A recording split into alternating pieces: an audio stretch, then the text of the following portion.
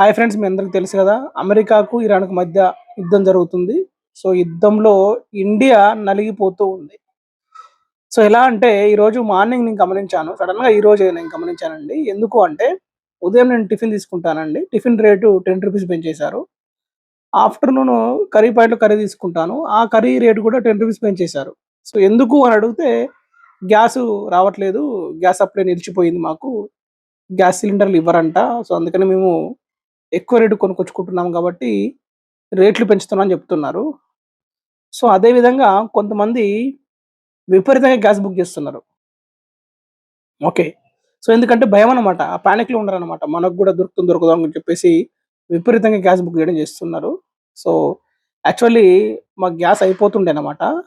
So, నాకు కొంచెం భయమేసి నేను బుక్ చేశాను. నేను వారం కింద బుక్ చేసి నాకు ఈరోజొచ్చింది. సో, అవసరం ఉంటేనే బుక్ చేయండి ఫ్రెండ్స్. ఎందుకంటే నిజంగా కొంతమందికి అవసరం ఉంటుంది గదా! వాళ్ళు వాళ్ళు ఇబ్బంది పడుతూ ఉంటారు. ఓకే. అలాగే గ్యాస్‌కి ఆల్టర్‌నేట్ ఏంటి అని మనం చూసుకుంటే గనక ఇండక్షన్ కుక్కర్స్, ఎలక్ట్రిక్ కుక్కర్స్ ఉన్నాయి గదా! సో, అవి కొందామని చూస్తే అవి కూడా రేట్ బాగా పెరిగిపోయినాయి. ఓకే. అవి కూడా విపరీతంగా రేట్ పెంచేశారు ఒకేసారి. సో, ఇక్కడ నేను చేసే రిక్వెస్ట్ ఏంటి అంటే, ఎవరి దగ్గరైతే ఎలక్ట్రిక్ కుక్కర్సు, ఇండక్షన్ స్టవ్ ఉంటుందో, మీరు అవి కొన్ని రోజులు వాడుకోండి ఫ్రెండ్స్. కొన్ని రోజులు గ్యాస్ వాడకుండా మీరు వాటిని వాడుకోవడం వల్ల నిజంగా ఎవరైతే పేదవాళ్ళు ఉంటారో వాళ్ళు గ్యాస్ బుక్ చేసుకుంటారు. సో, వాళ్ళ దగ్గర ఇవన్నీ ఉండవు గదా! ఎలక్ట్రికల్‌వి ఉండవు మాక్సిమం. ఓకే. వాళ్ళు కనీసం ఈ గ్యాస్ బుక్ చేసుకొని వాళ్ళైనా సర్వైవ్ అవుతారు ఫ్రెండ్స్.